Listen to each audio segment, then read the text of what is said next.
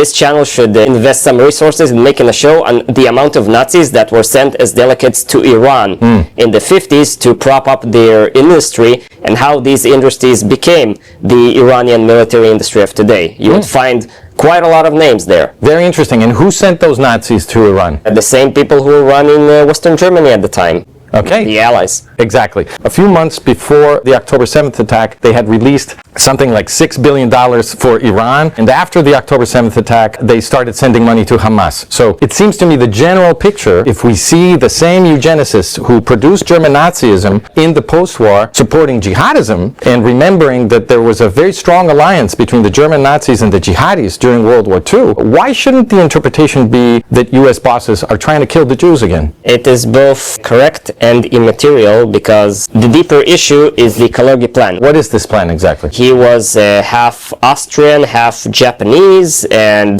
obviously people were racist towards him in Central Europe. So he composed a plan. It came up after all of these ethnic rivalries after World War I, between World War I and World War II. He said that the way to force Europe into peace, through total peace can be only enforced by the world government, is to remove the national identity of everyone in Europe. And the way to do that he proposed, is to flood Europe with hundreds of millions of immigrants from Africa, Asia, and from anywhere else, so that after several generations people will not have a national identity. And these jihadist forces are simply a militant wing of the broader movement that we saw very well Germany, the Scandinavians, and especially France, now Britain too, massively supporting, at the expense of their own taxpayers, bring as many immigrants from Asia and Africa into their countries. It appears that your model is that the Western bosses are trying to destroy the democratic experiment of the West, the modern democratic experiment. And so they are giving Westerners a choice between two different kinds of fascism. We go back to traditional Western fascism, or we go forward into jihadi fascism. Exactly. But either way, what they want is fascism. They want democracy destroyed and totalitarianism imposed. Exactly. I happen to think that the Jewish people are key in Western civilization. We wouldn't have a democratic experiment if it weren't for the influence of Jewish ethics